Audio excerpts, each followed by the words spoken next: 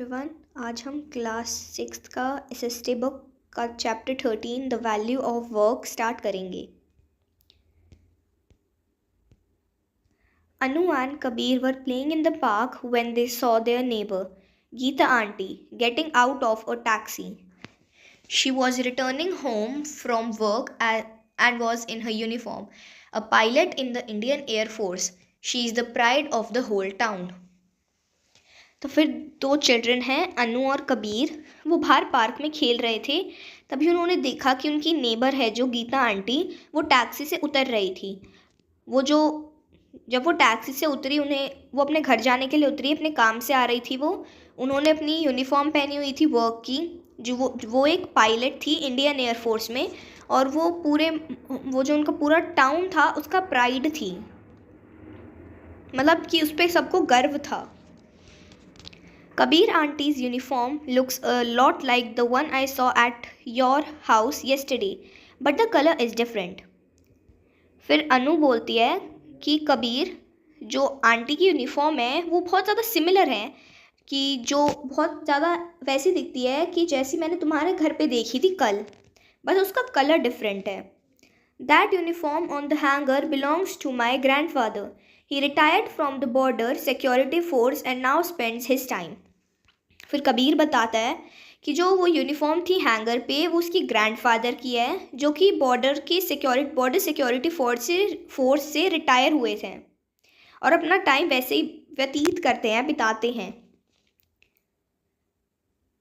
Providing free geography classes to the neighbourhood kids, tending to a vegetable garden and running errands for the home. फिर बोलते हैं कि जो उसके दादाजी हैं वो किन किन तरीके से अपना टाइम स्पेंड करते हैं। वो आस पड़ोस के बच्चों को, जो उनके नेबरहुड में किड्स हैं, उन्हें ज्योग्राफी के क्लासेस देते हैं। वैसे जो उनका एक गार्डन है, वेजिटेबल गार्डन, वहाँ पे वो अपना काम करते हैं, और कुछ सामान वगैरह लाना होता है घर का तो फिर वो सब करते हैं। My parents run a shop that sells uniforms and other readymade garments. Appa leaves early in the morning and Ma joins him in the shop after we leave for school. फिर अनु बताती है कि जो उसके पेरेंट्स हैं उनकी एक shop है जिसमें वो यूनिफॉर्म्स और वैसे अलग अलग तरीके के रेडीमेड गारमेंट्स कपड़े बेचते हैं। फिर वो बताती है कि जो उसके अप्पा हैं, जो उसके फादर हैं, वो जल्दी काम के लिए निकल जाते हैं मॉर्निंग में, और उसकी जो माँ है वो उन्हें बाद में ज्वाइन कर लेती है। जब वो स्कूल जाने के लिए निकल जाती है अनु, उसके बाद उन्हें ज्वाइन कर लेती है, मतलब उनके साथ काम करने चली जाती हैं। Ma is usually back by the time we return home from school. She also contributes to a voluntary group that teaches knitting to the women in the community. फिर वो बताती है कि जो उसकी माँ है वो उस टाइम तक आ जाती हैं जब उनका स्कूल से वापस आने का टाइम होता है, उस तक उसकी माँ आ जाती है, और वो कंट्रीब्यूट भी करती हैं, हाथ भी बटाती हैं। एक वॉलंटरी ग्रुप है लोगों का जो निटिंग सिखाते हैं वुमेन्स को, उसमें भी उनका हाथ है, मतलब योगदान है। Do you remember my elder brother Rohan? You met him when he came to pick me up from school. He is a software engineer and works in a company that makes computer applications. फिर वो बोलती है कि तुम्हें याद है मेरा Elder brother Rohan, मेरा बड़ा भाई रोहन, जो कि मुझे एक दिन स्कूल से पिकअप करने आया था, मुझे लेने आया था। वो एक सॉफ्टवेयर इंजीनियर है और वो कंपनी में काम करता है, कंप्यूटर एप्लीकेशंस बनाता है। On the weekends he volunteers to teach computer skills to those who have joined the youth development programme of the nearby college. फिर वो बताती है कि वीकेंड्स में सैटरडे संडेज़ को वो वॉलंटियर करता है और कंप्यूटर स्किल्स सिखाता है उन यूथ्स को जिन्होंने अभी डेवलपमेंट प्रोग्राम वगैरह सीखना स्टार्ट किया है या फिर कॉलेज में एडमिशन लिया है सीखने के लिए. Wow Anu, everyone around us does so many things every day. फिर कबीर बोलता है कि कितनी अच्छी बात है, वाओ, कि जो सारे लोग हैं हमारे आसपास में वो रोज़ कितना काम करते हैं. Different types of activities, like the ones discussed above, are divided into two groups or categories: economic activities और non-economic activities. तो फिर जो हमने ऊपर एक्टिविटीज़ पढ़ी, हमने जो ऊपर डिस्कस करी एक्टिविटीज़, वो दो में डिवाइडेड हैं, दो ग्रुप्स या फिर कैटेगरीज में उन्हें डिवाइड किया गया है, इकोनॉमिक एक्टिविटी और नॉन इकोनॉमिक एक्टिविटीज़ में. Economic activities are those that involve money or are performed in exchange for money or money's worth. For the parties involved, money's worth का मतलब है the monetary value that a person places on an object based on the benefit that they derive from it. मतलब पैसों के बदले में. तो फिर जो इकोनॉमिक एक्टिविटीज़ होती हैं वो एक्टिविटीज़ होती हैं जिनमें मनी की इन्वॉल्वमेंट होती है या फिर जो मनी के एक्सचेंज में होती है. जैसे किसी चीज़ का कोई दाम हो, हम कुछ चीज़ बना रहे हैं, उसको किसी प्राइस में बेचें, तो फिर वो इकोनॉमिक एक्टिविटी में आएगा. For example, a business person selling school bags in the market, a farmer selling produce in the market, a lawyer arguing in a case and earning a fee, a truck driver transporting goods from one place to another, workers employed in a car manufacturing factory, etc. तो फिर यहाँ पे examples दिए हैं कि एक business person है, वो सेल कर रहा है, वो बेच रहा है स्कूल बैग्स को एक मार्केट में. मार्केट का मतलब है a place where people engage in the exchange of goods and services. Market एक ऐसी प्लेस है जिसमें लोग एंगेज करते हैं, जिसमें लोग मतलब मिलजुल के आते हैं काम करने के लिए, अपने गुड्स और सर्विसेज के एक्सचेंज करने के लिए, कि हम कुछ गुड बेच रहे हैं, हम बदले में कुछ सर्विस ले रहे हैं, ऐसे. फी का मतलब है a payment made to a person or organisation in exchange for professional advice or service. वो हमें कोई फी का मतलब है कि कोई हमें कोई सर्विस प्रोवाइड कर रहा है, हम उसके बदले उसे पे कर रहे हैं, उसे पैसे दे रहे हैं.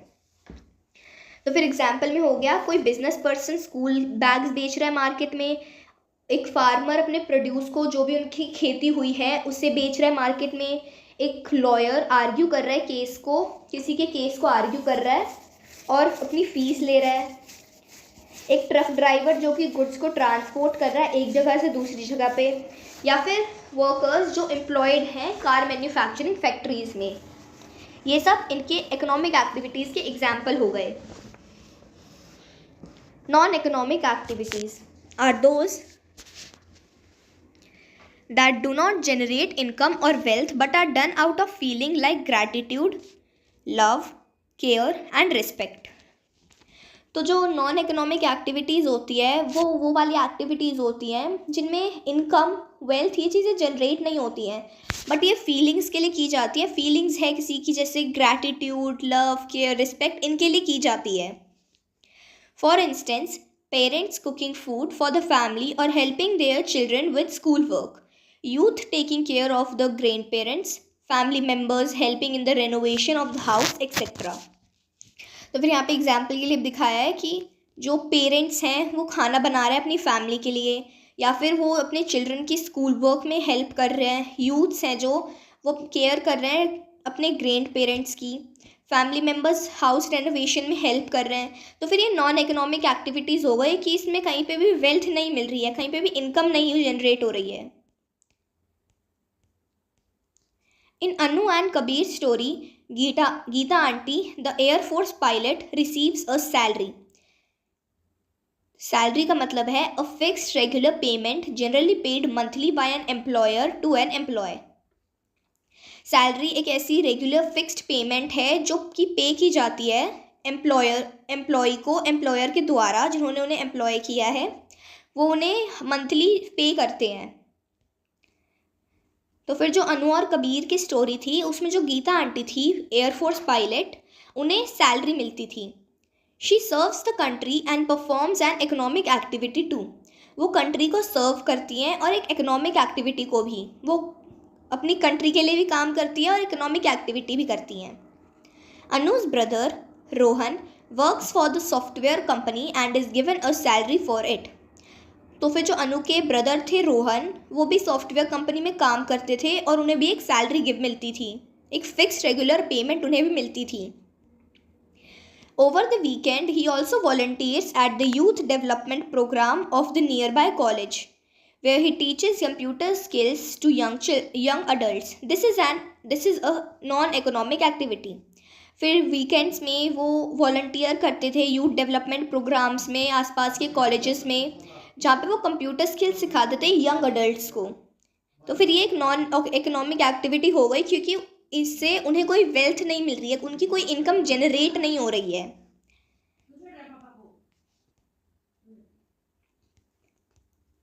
Types of economic activities. Kavya was excited to go to her aunt's house in the village of Kamlapur.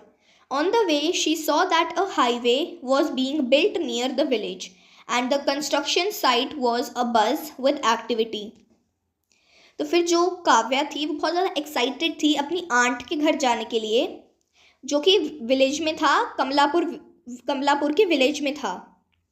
तो फिर रास्ते में जाते जाते उसने देखा कि जो विलेज था, विलेज के पास जो उनका गांव था, गांव के पास एक हाईवे बनाया, मतलब वहाँ पे बहुत ज़्यादा शोर शराबा था और बहुत सारी एक्टिविटीज़ एक साथ चल रही थी। Large machines such as excavators and bulldozers were being operated by dedicated technicians. बहुत बड़ी बड़ी मशीन्स थी जैसे कि एक्सकेवेटर्स और बुलडोज़र, ये सारे ऑपरेट की जा रहे थे डेडिकेटेड टेक्नीशियंस के द्वारा, मतलब ये इनसे काम किया जा रहा था वहाँ पर। This new highway promised to reduce the travel time to the nearest town from 5 hours to just 2 hours. तो फिर वो बात करते हैं, फिर कहते हैं कि जो न्यू हाईवे है इसको बनाने का एक प्रॉमिस किया है कि इसे बनाएंगे तो फिर जो उनका टाइम है, नियरेस्ट टाउन जो उनके सबसे पास वाला टाउन है, उस तक पहुंचने का टाइम 5 आवर्स से 2 आवर्स में रिड्यूस हो जाएगा, कम टाइम लगेगा पहुंचने में।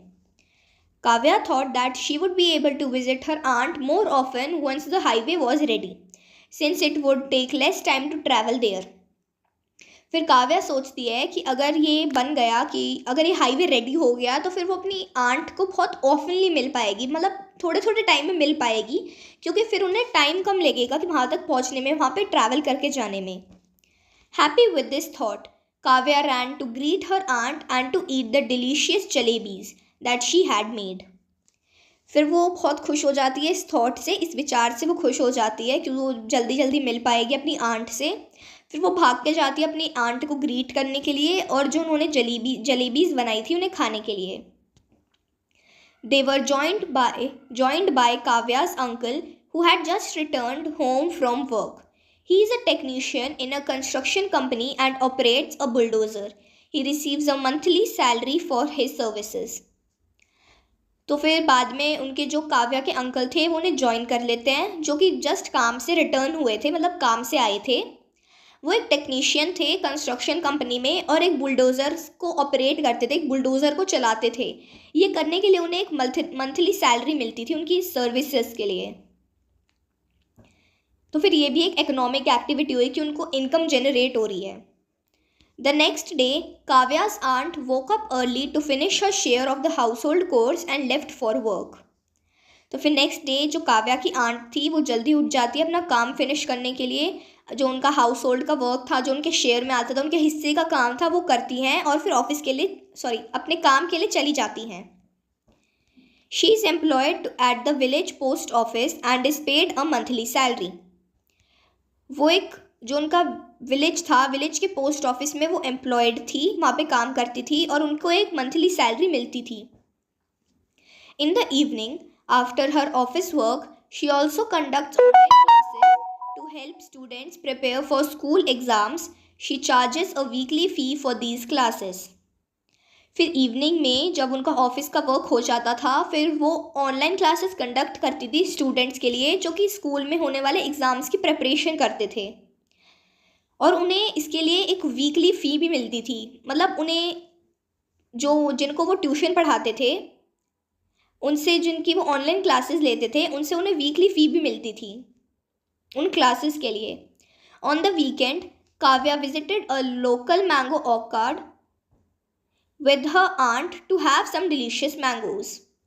फिर वीकेंड पे जो काव्या विजिट करती है एक लोकल मैंगो ऑर्चार्ड में अपनी आंट के साथ डिलीशियस मैंगोज़ खाने के लिए, कि जैसे हम यहाँ पिक्चर में देख सकते हैं, यहाँ पे मैंगोज़ के ट्रीज़ लगे हुए हैं एक रूम में बहुत सारे। तो फिर वो वहाँ पे मैंगोज़ खाने के लिए गए थे। There she saw Sahil, a farm labourer who was using a tractor to till a farmer's land nearby. He earns a daily wage for his efforts. He gets some payment for his work in cash and the remaining part of the payment in form of mangoes of equal value. The mangoes that he receives as a part of his work are called payment in kind. Wage का मतलब होता है a payment made by the employer to the worker for a specific period of time. मतलब wage एक ऐसी payment है जो employer देते हैं अपने वर्कर को, वो एक स्पेसिफिक पीरियड ऑफ टाइम के लिए होती है, वो फिक्स्ड नहीं होती कि वो इस टाइम पे तुमने काम किया है तो उसके हिसाब से दी जाती है। पेमेंट इन काइंड का मतलब है a non cash payment that is received for the work performed. एक नॉन कैश पेमेंट, बिना पैसों के पेमेंट की जाए, कैश के बदले में पेमेंट की जाए, कोई और चीज़ दे के हो सकती है या फिर वो किसी भी तरीके से हो सकती है। तो फिर जब वो वहाँ पे गए थे मैंगोज़ खाने, तो फिर वहाँ पे उन्होंने साहिल को देखा जो कि एक फार्म लेबरर थे, जो कि एक फार्मर के लैंड की टिलिंग कर रहे थे। तो फिर उसकी उन्हें डेली वेज मिलती थी उनके एफर्ट्स की, और जो कुछ पेमेंट उन्हें कैश में मिल जाती थी और जो बची हुई पेमेंट होती थी वो उन्हें मैंगोज़ के थ्रू मिलती थी। मतलब जो उनकी बाकी की पेमेंट है, पेमेंट के कैश के बदले उन्हें मैंगोज़ दे दिए जाते थे उस इक्वल वैल्यू के, कि जितने उन्हें पैसे देने हैं उसके बदले मैंगोज़ दे देते थे। और जो मैंगोज़ देने वाला पार्ट था वर्क का, वो पेमेंट इन काइंड था, कि बिना कैश के पेमेंट की जा रही है। As we now understand, economic activities are those that have values in terms of money. Economic activities also add values at each state of the process of transforming something into another form. This is called value addition. तो फिर अब हम ये चीज़ समझ चुके हैं कि जो economic activities होती हैं वो activities होती हैं जो मनी के टर्म में होती हैं, जो मनी रिलेटेड होती हैं। और जो इकोनॉमिक एक्टिविटीज़ होती हैं वो जो जितने भी प्रोसेस होता है ट्रांसफॉर्म करने का किसी एक चीज़ को दूसरी चीज़ में, उसमें भी का हाथ बटाती हैं। इसे वैल्यू एडिशन भी कहते हैं। फिर उसके बाद हमारा नेक्स्ट टॉपिक जो कि एक केस है पेज नंबर 190 पे, काव्या के फादर राजेश का, वो हम हमारे नेक्स्ट पार्ट में स्टार्ट करेंगे।